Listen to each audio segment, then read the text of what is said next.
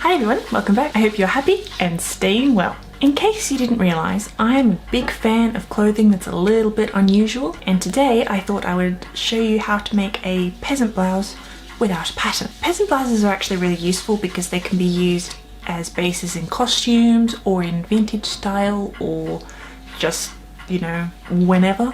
So they're very flexible and, they're pretty easy to make, or at least the way I make them is pretty easy. But just a little disclaimer, if you do use this as a costume, this is no way historically accurate. I use elastic. Peasant blouses are quite easy to make as well, so if you're a beginner sewer, this is probably really a good place to start, especially if you just don't understand patterns. And honestly, I totally get that.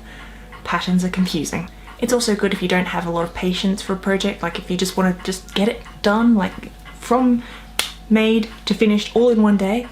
This is a good one. Besides, you can order fabric online and have it delivered, and it's a perfect activity to do at home. So for this video, I'll show you how to measure and cut out the fabric and then sew it all together in the most simple way I possibly can. I hope. Let's get started. To make this top, you will need flexible measuring tape, fabric marker or chalk, ruler, pins, fabric scissors, sewing machine or needle and thread, an iron, and of course fabric. One good thing about making your own clothes is that you can make them to be very suited to who you are. I, for one, get very iffy about particular sorts of fabric, especially if they have polyester in them. It feels too hot and clingy for me. So if you're making your own clothes, you can use fabric that will suit you perfectly well. For example, if you're in a cooler climate, you could use heavy fabric like drill or whatever you prefer. Or if you're in a warmer climate, you could use something lighter like polypop. But if you use polypoplin, I suggest not using white because that can be a bit see-through. Before we get into the interesting stuff, you need to wash your fabric. This is just a general rule of thumb. When the fabric is in the store, it has this stuff in it that stops it from stretching, and then if you make your clothing and then wash it, the clothing will shrink. But you want to get that shrinky stuff out, so you've got to wash it first and then make your clothes out of it. Also, if you're going to hang your fabric up, make sure it's as straight as you can possibly manage, or if it's in the dryer to dry off, just make sure you iron it before you make the clothes out of it, otherwise it'll all end up kind of skewiff and not really work properly. Once you've done that, you can lie the fabric on a flat surface. I forgot to say, you won't need all that much fabric. I use 2 meters because I tend to I used 2 meters, which is a bit over a yard. So once you've done that, lie the fabric on a flat surface. I forgot to say it earlier, so I'll say it now. You don't need all that much fabric. I used maybe 1.5 meters, which I think is just over a yard or just under a yard. I'm not sure. I'll put how much yard it is just here. And that was plenty for me. Fold the fabric in half long ways. Next is measuring and drawing. First, measure from the center of your collarbone to the tip of your shoulder. For me, that is 22 centimeters. Next, measure from the tip of your shoulder to right under your armpit. For me, that's 23 centimeters. Transfer these measurements to your fabric. Have the first measurement, for me that was the 22 centimeters, from the edge of the folded over fabric out at a slightly curved angle. Then the other measurement, for me that was 23 centimeters, down at another angle and also a little bit curved. The last measurement is how long you want your blouse to be. Measure from the center of your collarbone as far down as you want the blouse to go. I like quite a long blouse, so mine ended up being 55 centimeters. Add this measurement to the armpit measurement and have it go straight down on the fabric and then across to the folded edge of the fabric. This is going to be the front of your blouse. For the back, similar for what you did to the front, measure from your spine to the same spot on your shoulder that you used before, and then under your armpit for 2 separate measurements, and then draw them onto the fabric at the fold again. For the back, you won't need to slope the spine to shoulder measurement down so much. I did, but you don't have to. Last is the sleeves. For this, loosely measure around your upper arm, for me that was 45 centimeters, and then the length of how long you want the sleeve to be. I went with 31 centimeters. Why couldn't I just go with 30 centimeters? I don't know. Draw the circumference of your sleeve into a straight line with the curved parts, which should be the circumference divided by 1.55 if you're using centimeters, and then the length of your sleeve in a rectangular sort of shape. Once that's all drawn, you can cut it out. It also might help to label the front and the back of your blouse. I didn't, because I've made this blouse before, but it could be worth it. Once this is all cut out, it's time to start with the blouse pieces. Start by matching the side seams of the blouse to each other and pin in place. Then sew straight down the sides. If you're using a sewing machine, this doesn't matter so much if you are sewing by hand, but if you're using a sewing machine, try not to sew over the pins because you'll either break the pins or the needle or both. Some sewing machines can manage it, but not many. You sew up to the pin, put the needle down, take the pin out, and then keep sewing. Once you've done the side seams, it's best to make sure that they don't fray. Fraying is when the fabric kind of unravels. Actually, most fabrics tend to fray. But to stop this from happening, there are a couple of techniques you could use. You could sew over your seam in a zigzag stitch, or you could use an overlocker, which makes like a fancy sort of edge, or you could use pinking shears, which are the zigzaggy scissors, to cut along the seam line. I used this last option. Be careful not to cut too close to the seam though. Next to the sleeves, fold them over like this and then pin and sew in place. This time when you trim it, don't trim very close. You need to iron the seam out flat so that the sleeve will sit nicely. Next, you need to hem the sleeve. You don't hem the blouse itself just yet because you need to make sure how long you want it, so we'll do that right at the end. To hem the sleeve, fold the end up just a tiny bit while the sleeve is inside out and on the ironing board. Iron that all the way around flat. Then fold it over a little bit again and pin that all in place. And then you can sew it in place. I decided for this blouse that I would like to have little ties at the ends of the sleeves. To make this tie, I tightly measured around my arm and added a few extra centimeters for the tie bit.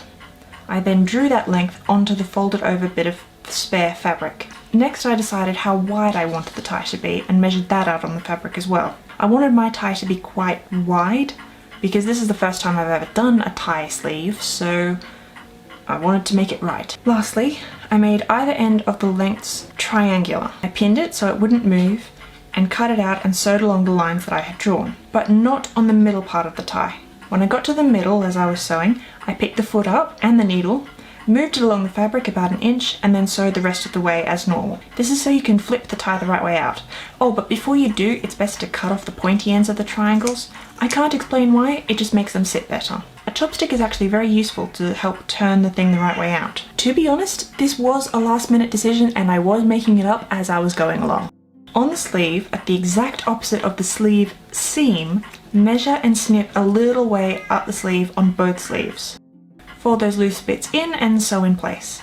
This is just to help the tie sit better. Speaking of the tie, it's time to sew it onto the sleeve. To make the tie fit the sleeve, I decided to gather the sleeve cuff. To gather using a sewing machine, set the machine stitch to as long as it will let you. Make sure that you have the thread hanging out the back and not tied into the stitching and not fix the thing. Sew 2 lines of stitching next to each other the whole way around on both sleeves. Cut the thread so that you have extra bits hanging off the ends. Holding 2 of the 4 threads, scrooch the fabric along in small increments at a time, evening out the fabric as you go along. Be gentle or you will break the threads, which is just a real pain.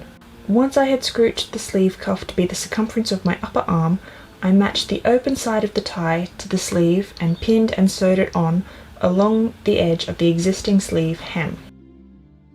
Once the tie was sewed on, I unpicked any visible gathering threads. They're not necessary anymore. Retrospectively, this could have been a whole lot neater if I just hadn't hemmed the sleeve to begin with. If I had just let the sleeve be as it was and then put the tie kind of around it, encasing the end of the sleeve, and then finish the tie like that, it would have been a lot neater. But like I said, this was kind of a last minute idea and it was the first time I'd ever done a tie, so if you can see a better way of doing it, please do it better than I did. Back to the blouse. Match the sleeve openings to the top edges of the blouse. Both need to be inside out. Once they're matched up, they can be sewn together. After this, similar to sewing a hem, while the blouse is inside out, fold the top edge of the top over a little bit and iron in place. And then fold over a few more centimeters of fabric fold and iron in place and sew it in place as well.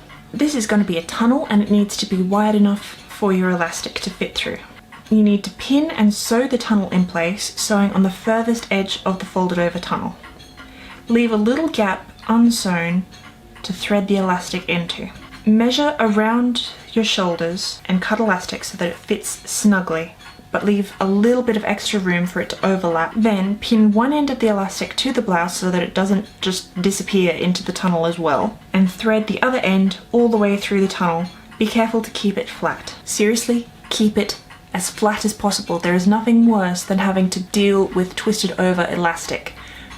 Check a lot of times to make sure that the elastic is flat the whole way around before you sew the two ends together, okay? I'm telling you from experience. Once the elastic is out the other side, sew it together and tuck it inside the tunnel, which you can then sew closed. Finally, the last step. Put the blouse on and decide where you want the hem to fall. Once you've decided, make the hem just like you did with the sleeves.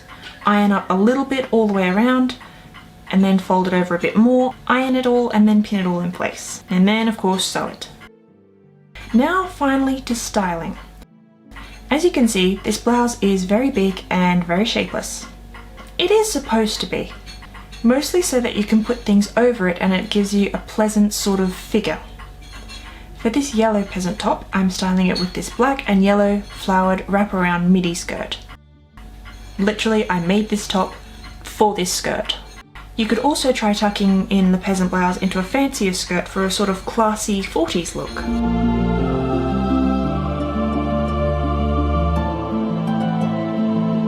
It also does well as a costume. I wore a cream coloured peasant blouse underneath my pirate dress a few videos ago. Or you could use this sort of idea to make a peasant dress and throw a corset bodice over the top for a sort of Renaissance tavern keeper type of look.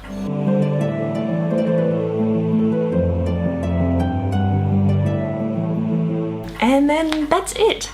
I hope that you enjoyed and I hope that you sew like crazy over this time if you've got the opportunity to.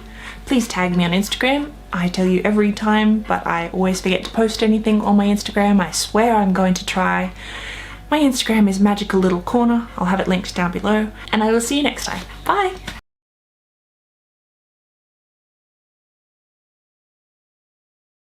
Besides, you can just have fabric delivered and then so it's a good activity. Why am I having trouble saying the word activity?